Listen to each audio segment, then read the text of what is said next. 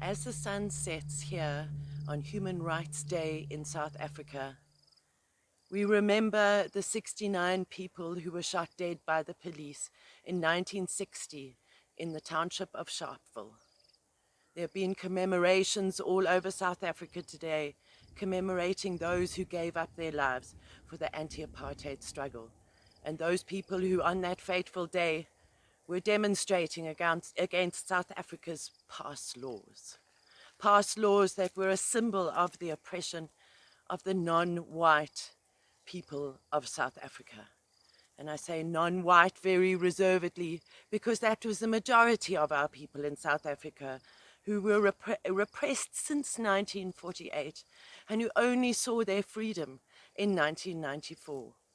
Now, 29 years later and into our constitutional democracy, South Africa is faced with many, many challenges. We have rolling blackouts. We have a dissatisfied majority who are fighting against rising prices, inflation and the cost of food, the land struggles, and the struggles for equality in one of the most unequal countries in the world. Having just returned from Barcelona and Vienna in Europe, where I learned so much. In Barcelona, we did this tour of the cannabis social clubs. We visited 8 different clubs as well as the Department of Health and the various federations and associations that have an oversight body over the cannabis social clubs in Barcelona, Catalonia, and in Spain as a whole. One thing that was for sure from my trip to Europe was that we are not alone in this struggle. Even though people in our group were from 11 different countries, and there were some people from places like Canada and Colorado and California, where they've seen legal cannabis for quite some years, they still see challenges. We still see the state of New York putting social equity first. We are not free until we are all free. And I think that seeing as South Africa has so many challenges, I felt moved to just share a few things with you today on our South African Human Rights Day today. Cannabis legalization is, believe it or not, a human rights issue. And this was really brought to the fore in Europe, where we see cannabis social clubs as a harm reduction measure. We see the clubs closely monitoring the consumption of cannabis by their members. We see them advising members who they feel are maybe using too much. They see people advising their members about the strength, the potency, the delivery method, safe consumption sites.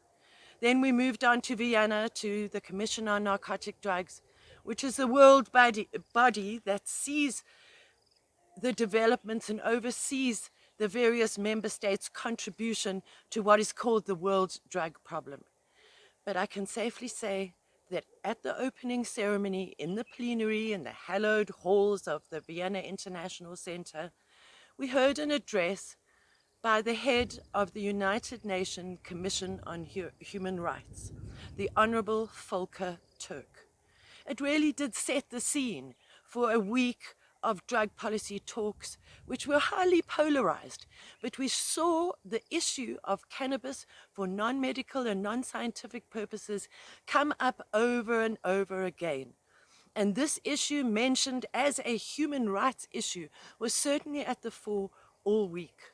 We saw South Africa and some other African states supporting side events where the issue of the non-medical use of cannabis was discussed.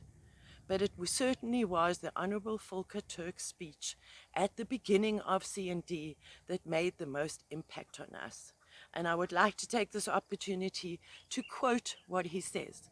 Because as I said, in South Africa, we have so many challenges. I stand here in this beautiful Highveld sunset with the cannabis blooming in late summer, the roses in full flower, the wilde dache or wild cannabis flowering and making seeds. And this is happening all over our beautiful country. But at the same time, we have this growing seeds of discontent And please, isn't it time that we recognize that cannabis has a contribution to make? We have always said that cannabis is not going to save the world. It's not going to save South Africa from its problems, but it certainly is going to help.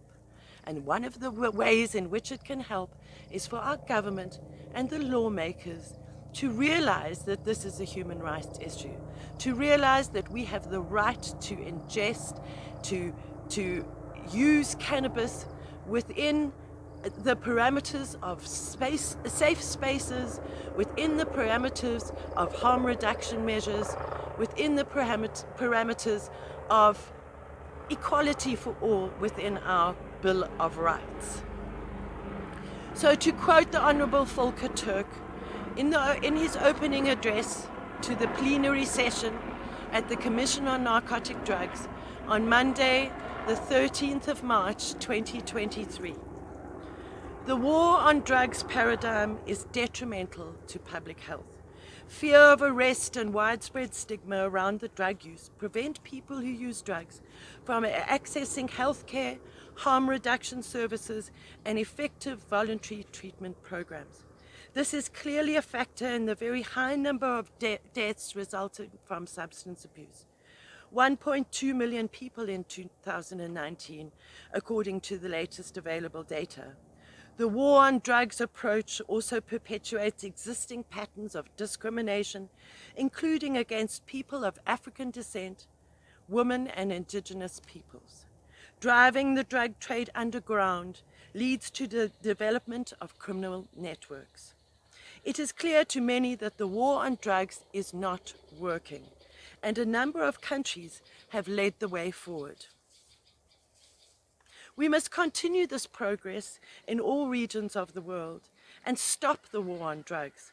Instead, let us focus on transformative change, crafting drug policies which are based on evidence, which put human rights at their center, which are gender sensitive, and which ultimately improve the lives of the millions of individuals affected. We call on the South African government on this, the 21st of March 2023, our South African Human Rights Day, to consider how the legalization of cannabis can lead the way. Cannabis is the gateway drug. It is the gateway to more sensible drug policies. And surely this will be a way for the South African police to be freed up from arbitrary drug arrests, from arbitrary raids of cannabis farms, from arbitrary arrest and detention of our cannabis community, to actually tackle the real problems in our country. So I greet you now from South Africa on our Human Rights Day, and our wish for our South African government to consider all the possibilities around cannabis re-legalization.